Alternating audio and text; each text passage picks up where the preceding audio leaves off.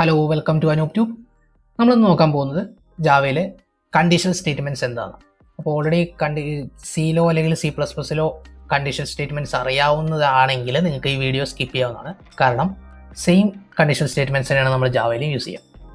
അപ്പോൾ വീഡിയോയിലോട്ട് കിടക്കുന്നതിന് മുമ്പ് തന്നെ നിങ്ങൾ ആദ്യമായിട്ടാണ് എൻ്റെ ഈ ചാനൽ കാണുന്നതെങ്കിൽ എൻ്റെ ഈ ചാനലിലെ പ്രോഗ്രാം റിലേറ്റഡ് ആയിട്ടുള്ള എങ്ങനെയാണ് നമ്മൾ സിമ്പിൾ ആയിട്ടുള്ള പ്രോഗ്രാംസ് ചെയ്യുക, ബിഗിനേഴ്സ് ലെവലുള്ള എങ്ങനെയാണ് പ്രോഗ്രാംസ് ചെയ്യുക എന്ന രീതിയിലുള്ള വീഡിയോസ് ആയിരിക്കും ഞാൻ ചെയ്യുക.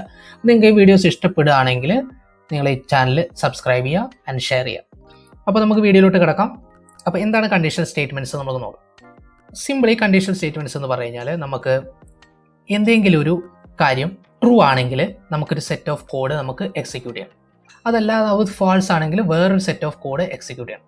ഇങ്ങനെയൊക്കെ കാര്യങ്ങൾ നമ്മൾ ഡിസൈഡ് ചെയ്യണമെങ്കിൽ നമുക്ക് എന്ത് ചെയ്യണം, ഒരു കണ്ടീഷൻ നമുക്ക് ചെക്ക് ചെയ്യണം അല്ലേ, ശരിയല്ലേ? ഒരു കണ്ടീഷൻ ചെക്ക് ചെയ്തിട്ട് ബേസിലായിരിക്കും നമ്മളത് ട്രൂ ആണോ ഫോൾസ് ആണോ നമ്മൾ ഡിറ്റർമൈൻ ചെയ്യുക.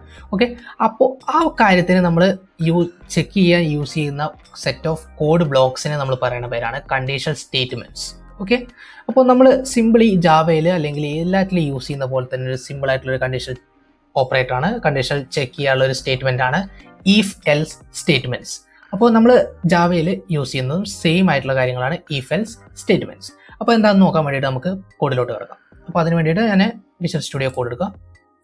അപ്പോൾ ഞാൻ കണ്ടീഷണൽ സ്റ്റേറ്റ്മെൻറ്റ്സ് പറഞ്ഞിട്ട് ഒരു ജാവ ക്ലാസ് ഉണ്ടാക്കിയിട്ടുണ്ട്, അതിൽ സ്റ്റാറ്റിക് വോയിഡ് മെയിൻ ഉണ്ടാക്കിയിട്ടുണ്ട്. ഓക്കെ, അപ്പോൾ നമ്മൾ കണ്ടീഷണൽ സ്റ്റേറ്റ്മെൻറ്റ്സ് എന്താണെന്ന് നോക്കാൻ പോവാണ്. അപ്പോൾ ഈ കണ്ടീഷണൽ സ്റ്റേറ്റ്മെൻറ്റ്സ് എപ്പോഴാണ് യൂസ് ചെയ്യാന്ന് വെച്ച് കഴിഞ്ഞാൽ നമുക്ക് ഈ പ്രോഗ്രാം ചെയ്യുന്നതിൻ്റെ ഇടയിൽ നമുക്ക് എന്തെങ്കിലും ഒരു സാധനത്തിൻ്റെ വാല്യൂ നമുക്ക് എന്ത് ചെയ്യണം, ചെക്ക് ചെയ്യണം.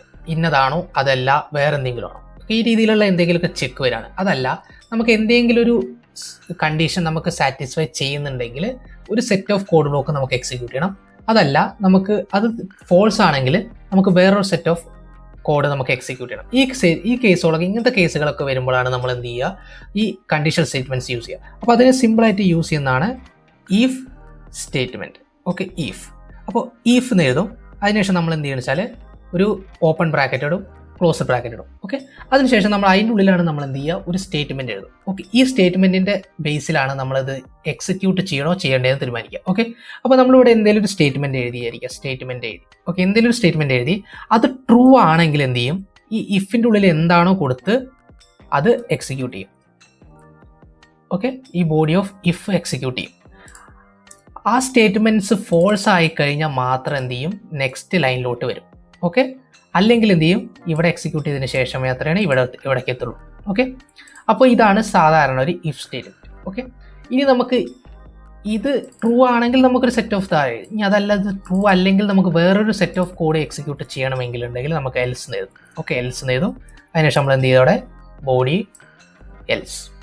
ഓക്കെ, ഇതാണ് സിമ്പിൾ ആയിട്ടുള്ളൊരു ഇഫ് എൽസ് സ്റ്റേറ്റ്മെൻറ്റ്സ്. ഓക്കെ, അപ്പോൾ നമുക്ക് നോക്കാം. ഇതിന് നമുക്കൊരു സിമ്പിൾ ആയിട്ടൊരു എക്സാമ്പിൾ എഴുതി നോക്കാം. ഓക്കെ, നമ്മൾ ഓൾറെഡി നമ്മൾ എന്ത് ചെയ്യുന്നത്, ഇൻപുട്ട് ഔട്ട്പുട്ട് ഫംഗ്ഷൻ നമ്മൾ പഠിച്ചതാണ്. അപ്പോൾ അത് വെച്ചിട്ടാണ് നമ്മളത് ചെയ്യാൻ പോകുന്നത്. ഓക്കെ, അപ്പോൾ നമുക്ക് എന്ത് ചെയ്യുക വെച്ചാൽ നമ്മൾ ചെയ്യാൻ പോകുന്നത് am I eligible for voting. Okay, അപ്പോൾ നമ്മൾ വോട്ട് ചെയ്യാനുള്ള എലിജിബിലിറ്റി എന്ന് പറഞ്ഞാൽ നമുക്ക് സിമ്പിളായിട്ട് അറിയാം. എന്താണ്, നമ്മുടെ ഏജ് നോക്കിയിട്ടാണ് നമ്മൾ എലിജിബിലിറ്റി നമ്മൾ ക്രൈറ്റീരിയ നോക്കുക. അതായത് നമ്മുടെ ഏജ് 18 വയസ്സിനേക്കാളും കൂടുതലാണെങ്കിൽ നമ്മൾ എലിജിബിൾ ആണ്, അതല്ലെങ്കിൽ എലിജിബിൾ അല്ല, സിംപ്ലി. അപ്പോൾ ഇതിനെ നമ്മൾ എങ്ങനെയാണ് സോൾവ് ചെയ്യാൻ നോക്കാം. ഓക്കെ, അപ്പോൾ ഫസ്റ്റ് നമ്മൾ system dot out dot print line, അതിൽ enter your age. Okay, enter your age എന്ന് പറഞ്ഞിട്ട് ഞാൻ എഴുതി. ഓക്കെ, അതിനുശേഷം നമുക്ക് എന്ത് ചെയ്യണം, ഈ ഏജിനെ വാങ്ങണം അല്ലേ. ഓക്കെ, അപ്പോൾ അതിന് വേണ്ടിയിട്ട് ഞാൻ യൂസ് ചെയ്യുന്ന ക്ലാസ് ഏതായിരുന്നു, scanner. Okay, scanner system dot എന്നാണ് ഞാൻ സ്കാൻ ചെയ്യുന്നത്. ഓക്കെ, അതിനുശേഷം നമ്മൾ എന്ത് ചെയ്യുക, ഏജ് വാങ്ങണം അല്ലേ, ശരിയല്ലേ. അപ്പോൾ ഏജ് എടുത്തേക്കണം. അപ്പോൾ ഇൻറ്റ് ഏജ് ഇൻറ്റിജർ ആക്കി നമ്മൾ എടുത്താൽ മതി. Age equal to scanner dot next int വെച്ചിട്ട് നമ്മൾ എന്ത് ചെയ്തു, സ്കാനർ എന്ന് വാങ്ങി. ഇനി നമ്മൾ എന്ത് ചെയ്യുന്നത് വെച്ചാൽ ഇവിടെ ഒരു ഏജ് കിട്ടിക്കഴിഞ്ഞാൽ നമുക്ക് എന്ത് ചെയ്യണം, ഏജ് 18 വയസ്സിനേക്കാളും കൂടുതലാണോ കുറവാണോ നോക്കണം അല്ലേ, ശരിയല്ലേ. അപ്പോൾ ഞാൻ ഫസ്റ്റ് നോക്കുന്നത് ഈഫ് എഴുതി, അതിനുശേഷം ഓപ്പൺ ബ്രാക്കറ്റും ഇത് എഴുതു. അതിനുശേഷം എന്ത് ചെയ്തു, അതിൻ്റെ ബോഡി സ്റ്റാർട്ട് ചെയ്തു അല്ലേ, ശരിയല്ലേ. അപ്പോൾ 18 വയസ്സിനേക്കാളും കൂടുതലാണോ നോക്കാൻ വേണ്ടിയിട്ടുള്ളതാണ് ഏജ് എഴുതി. അതിനുശേഷം ഗ്രേറ്റർ ദാൻ ഓപ്പറേറ്റർ ഉണ്ട്. ഗ്രേറ്റർ ദാൻ 18 വയസ്സിനേക്കാളും കൂടുതലാണെങ്കിൽ ഓർ ഈക്വൽ ടു, 18 വയസ്സിനോട് ഈക്വലോ അല്ലെങ്കിൽ കൂടുതലോ ആണെങ്കിൽ എന്തായിരിക്കും ഞാൻ പറയേണ്ടത്, system dot out dot print line of you are eligible. Okay, you are eligible എന്ന് എഴുതി കാണിച്ചു. അതല്ലെങ്കിൽ നമ്മൾ എന്ത് ചെയ്യണം, പ്രിന്റ് ചെയ്യണം അല്ലേ. അപ്പോൾ else you are not eligible. ഇത്രയുള്ള സിമ്പിൾ ആയിട്ടുള്ള കാര്യങ്ങൾ അല്ലേ. അതായത് 18 വയസ്സിനേക്കാൾ കൂടുതലാണെങ്കിൽ എലിജിബിൾ ആണ്, അല്ലെങ്കിൽ എന്ത് എലിജിബിൾ അല്ല, നോട്ട് എലിജിബിൾ. ഓക്കെ, നമ്മൾ എഴുതി കാണിച്ചു. അപ്പോൾ ഇതിന് നമ്മൾ യൂസ് ചെയ്യാം, ഇതിനെങ്ങനെ വർക്ക് ചെയ്യണം നോക്കാം. അപ്പോൾ അതിന് വേണ്ടിയിട്ട് ഞാൻ എന്ത് ചെയ്തു, നമ്മുടെ അപ്പോൾ ഇതിനെ പ്രിൻറ്റ് ചെയ്യാൻ വേണ്ടിയിട്ട് ഞാൻ അതിൻ്റെ ടെർമിനൽ എടുത്തു. ഓക്കെ, ടെർമിനൽ എടുത്തു. അതിനുശേഷം ജാവ സി, അതിനുശേഷം conditional statements dot Java. Okay, enter അടിച്ചു. അപ്പോൾ നമുക്ക് വന്നിട്ടുണ്ടല്ലേ, ശരിയല്ലേ. അതിനുശേഷം ജാവ കണ്ടീഷണൽ സ്റ്റേറ്റ്മെൻറ്റ്സ്. അപ്പോൾ എൻ്റെ ഈ ഒരു ഏജ് എന്ന് വന്നിട്ടുണ്ട്. എന്തായിരുന്നു ഏജ് നമ്മൾ കൊടുക്കേണ്ടത്? അപ്പോൾ ആദ്യം കൊടുക്കുന്നത് 18 ആണ് വിചാരിക്കുക. അപ്പോൾ യു ആർ എലിജിബിൾ എന്ന് പറഞ്ഞിട്ട് വന്നു, ശരിയല്ലേ. കാരണം നമ്മളിവിടെ കൊടുത്തിരിക്കുന്നത് greater than or equal to ആണ് കൊടുത്തിരിക്കുന്നത്, ഈക്വൽ ടു വരുന്നുണ്ട്. അപ്പോൾ ശരിയാണ്. ഇനി ഞാൻ വീണ്ടും കൊടുത്തു എൻ്റെ യുവർ ഏജ് 12. അപ്പോൾ യു ആർ നോട്ട് എലിജിബിൾ, ശരിയല്ലേ. ഓക്കെ, ഇനി നമുക്ക് എന്ത് ചെയ്യുന്നത് വെച്ചാൽ ഒരു കാര്യം നോക്കണം. അഥവാ ആരെങ്കിലും ഏജ് നെഗറ്റീവായിട്ട് കൊടുത്തു വിചാരിക്കും. അപ്പോൾ എന്ത് എഴുതി കാണിക്കണം? This is not valid age എഴുതി കാണിക്കണം. അപ്പോൾ നമുക്ക് വീണ്ടും ഒരു ഇഫ് ചെക്ക് കൂടി വേണമല്ലേ. അപ്പോൾ നമ്മൾ എന്ത് ചെയ്യുക വെച്ചാൽ ഇതിൻ്റെ മുകളിൽ തന്നെ ഒരു എൽസിഫ് ഇടാം. ഓക്കെ, എൽസിഫ് ഇഫ്, എൽസിഫ് എന്ന് പറയുന്ന സംഭവം. എൽസിഫ് എന്ന് പറഞ്ഞു കഴിഞ്ഞാൽ നമുക്ക് വീണ്ടും ഒരു കണ്ടീഷൻ കൂടി അതിൽ ചെക്ക് ചെയ്യാൻ പറ്റും. ഓക്കെ, എൽസിഫ് എന്ന് പറഞ്ഞു കഴിഞ്ഞാൽ ഇഫ് ആണെങ്കിൽ ഇതിനുള്ളിലോട്ട് കയറും, ഇതല്ലാതെ വേറൊരു കണ്ടീഷൻ നമ്മൾ കൊടുത്തിട്ടുണ്ടാവുമല്ലോ, അതുകൊണ്ട് ചെക്ക് ചെയ്തിട്ടാണെങ്കിൽ ഇതിനുള്ളിൽ കയറും. അതും അല്ലെങ്കിൽ മാത്രമേ എൽസിലോട്ട് കയറുള്ളൂ. അപ്പോൾ നമുക്ക് എത്ര എൽസിഫ് വേണമെങ്കിലും നമുക്ക് കൊടുക്കാൻ പറ്റും. ഓക്കെ, അപ്പോൾ else if age is less than 0, 0-നേക്കാളും ലെസ് ദാൻ ആണെങ്കിൽ അത് നെഗറ്റീവ് ആയിരിക്കില്ലേ. അങ്ങനെയാണെങ്കിൽ ഇവിടെ എഴുതി കാണിക്കുന്നത് system dot out dot print ലൈനിൽ give valid age. Okay, valid ആയിട്ടുള്ള ഒരു ഏജ് തരാൻ പറയാം. ഓക്കെ, അപ്പോൾ അത് സേവ് ചെയ്തു. നമ്മൾ എന്ത് ചെയ്തതിന് വീണ്ടും പ്രിന്റ് ചെയ്യണം. Okay, Java conditional statement. അപ്പോൾ 18 കൊടുത്ത് ഒരു 15 കൊടുത്തു കഴിഞ്ഞാൽ നമുക്ക് എന്ത് ചെയ്ത് കാണിക്കും? യു ആർ നോട്ട് എലിജിബിൾ അല്ലേ. ഒരു 68 കൊടുത്തു കഴിഞ്ഞാൽ യു ആർ എലിജിബിൾ. ഓക്കെ, വീണ്ടും ഞാൻ കൊടുത്തു ഒരു -65 കൊടുത്തു കഴിഞ്ഞാൽ ഗിവ് എ വാലിഡ് ഏജ് എന്ന് പറഞ്ഞിട്ട് ഇത് കാണിച്ചു അല്ലേ. ഒരു നെഗറ്റീവ് നമ്പർ കൊടുത്തു കഴിഞ്ഞാൽ നമ്മൾ എന്ത് ചെയ്തു? വാലിഡ് ഏജ് ചെയ്തു. അപ്പോൾ നമുക്ക് എൽസിഫിൻ്റെ കാര്യം കൂടി മനസ്സിലായില്ലേ. അപ്പോൾ എൽസിഫ് ഇതാണ്. ഓക്കെ, അപ്പോൾ എൽസിഫ് എന്ന് പറഞ്ഞു കഴിഞ്ഞാൽ നമുക്ക് എന്ത് ഇതിൽ ഒറ്റന്നേ വർക്ക് ചെയ്യുള്ളൂ. പക്ഷേ ഞാനിവിടെ എൽസിഫിന് പകരം ഞാനിവിടെ മേലെയാണ് ഒരു ഇഫ് കൊടുത്ത് വിചാരിക്കുക. ഈ ഇഫിനെ ഞാൻ മേലെയാണ് കൊടുത്ത് വിചാരിക്കുക. ഓക്കെ, സേവ് ചെയ്തു. അതിനുശേഷം ഞാൻ വീണ്ടും അതിന് മേലെ ഈ ഇഫ് ഏജ് ലെസ് ദാൻ 0 ആണെങ്കിൽ നമ്മൾ എന്ത് ചെയ്തു? ഗിവ് വാലിഡ് ഏജ് കാണിച്ചു. അപ്പോൾ അതിനുശേഷം നമ്മൾ ഏജ് വീണ്ടും ചെക്ക് ചെയ്യണ്ടല്ലേ. അപ്പോൾ ഇങ്ങനെ കൊടുത്തു കഴിഞ്ഞാൽ എന്താ പ്രശ്നം നമുക്ക് നോക്കാം. ഓക്കെ, കണ്ടീഷൻ സ്റ്റേറ്റ്മെൻറ്റിലെ ആദ്യം ഇതിനെ സേവ്, കമ്പൈൽ ചെയ്യുക.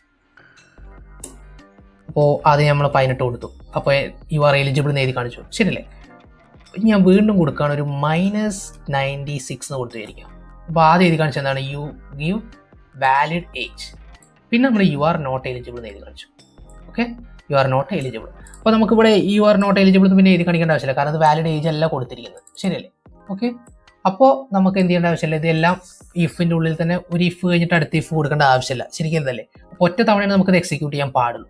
അങ്ങനെയാണെങ്കിൽ മാത്രമേ നമ്മൾ എന്ത് ചെയ്യാൻ പാടും? ഇഫ് കഴിഞ്ഞിട്ട് എൽസിഫ് കൊടുക്കേണ്ട ആവശ്യം. ഓക്കെ, അതാണ് ഇഫ് എൽസും എൽസിഫും തമ്മിലുള്ള വ്യത്യാസം. എല്ലാം കൂടി ഒറ്റ സ്റ്റേറ്റ്മെന്റ് ആയിട്ടായിരിക്കും അത് എക്സിക്യൂട്ട് ചെയ്യുക, എൽസിഫ് ആയിട്ട്, എൽസിഫ് ലാഡർ. ഓക്കെ, അപ്പോൾ നമ്മളിങ്ങനെ എൽസിഫ് എഴുതി പോവുകയാണെങ്കിൽ അതിന് പറയണ എൽസിഫ് ലാഡർ. ഓക്കെ, ഒരു കുറേ എൽസിഫുകൾ നമുക്ക് ഇട്ട് പോകാൻ പറ്റും.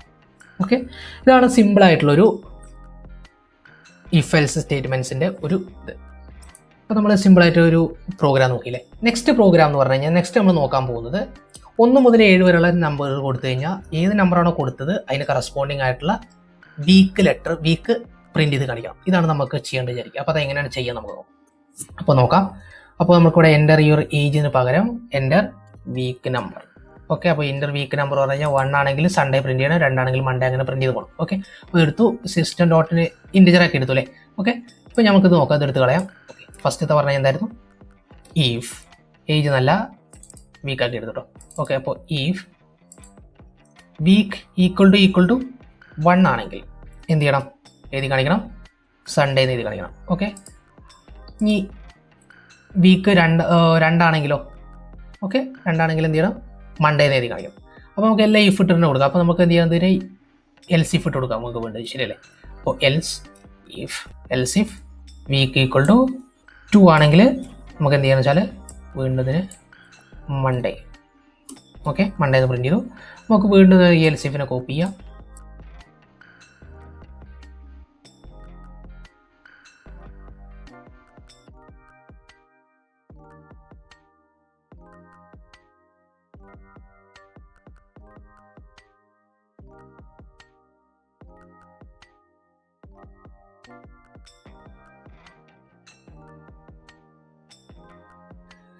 ഇത്രയും കാര്യങ്ങൾ നമ്മൾ സെറ്റ് ചെയ്ത് കഴിഞ്ഞിട്ടുണ്ട്.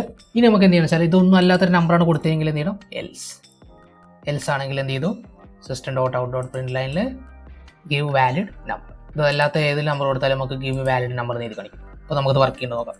ഓക്കെ, സേവ് ചെയ്യുക. അതിനുശേഷം നമ്മൾ എന്ത് ചെയ്തു, ഓക്കെ.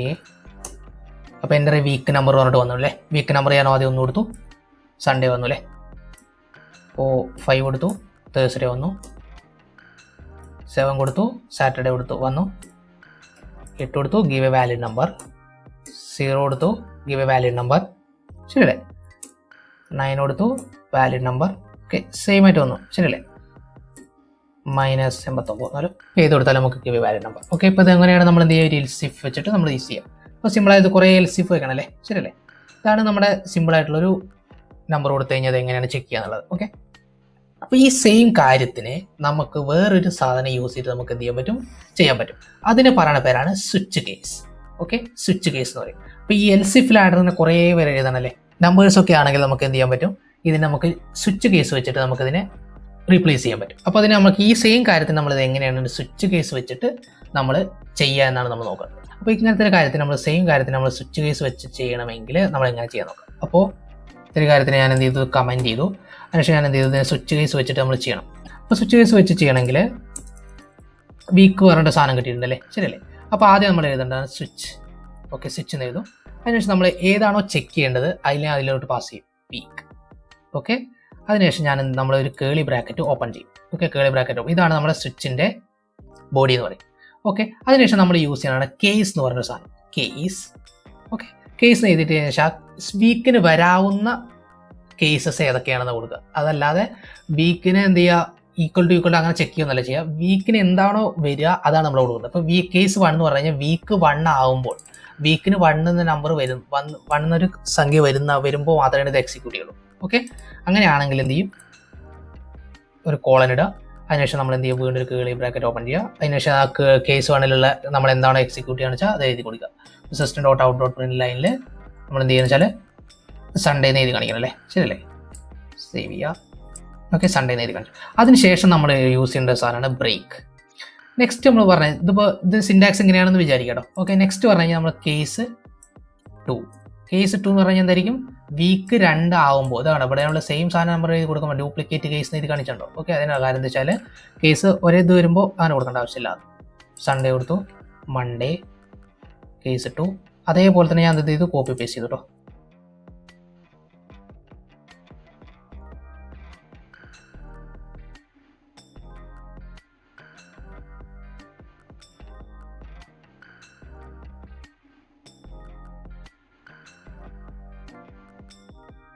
ഇത്രയും കൊടുത്തു ശരിയല്ലേ. അപ്പോൾ നമുക്ക് കേസിന് വരാവുന്ന അതായത് നമ്മുടെ ഈ വീക്കിന് വരാവുന്ന എല്ലാ നമ്പറും നമ്മൾ കൊടുത്തു.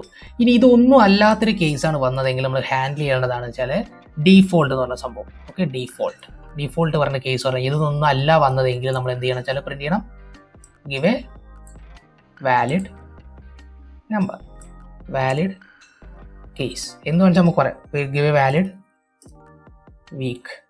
Okay, give a valid week എന്ന് പറഞ്ഞു. അതിനുശേഷം ബ്രേക്ക് അടിച്ചു. അപ്പോൾ ഇങ്ങനെയാണ് നമ്മൾ എന്ത് ചെയ്യുക, സാധാരണ ചെയ്യുക. ഓക്കെ, അതിനുശേഷം സേവ് ചെയ്യുക. സേവ് ചെയ്തതിനു ശേഷം നമ്മൾ എന്ത് ചെയ്യുന്നതിനെ വീണ്ടും പ്രിന്റ് ചെയ്യുക. അപ്പോൾ നമുക്ക് സെയിം ഔട്ട്പുട്ട് തന്നെ കിട്ടും. Okay, Java conditional statement. ഇപ്പോൾ എൻ്റെ വീക്ക് നമ്പർ പറഞ്ഞിട്ട് അതല്ലേ 5 കൊടുത്ത് കഴിഞ്ഞാൽ എന്ത് ചെയ്തു, തേഴ്സ്ഡേ എന്ന് പ്രിന്റ് ചെയ്തു. 9 give a valid week 1 Sunday വന്നിട്ടുണ്ടല്ലേ. ശരിയല്ലേ. ഇനി നമുക്ക് എന്തിനാണ് ഈ ബ്രേക്ക് കൊടുക്കുന്നത് എന്നൊരു ഡൗട്ട് വരും. ഓക്കെ, അപ്പോൾ ഞാനിവിടെ ഒന്നും ബ്രേക്ക് കൊടുത്തില്ല വിചാരിക്കാം. അപ്പോൾ ഈ ബ്രേക്ക് ഞാൻ കൊടുത്തില്ല.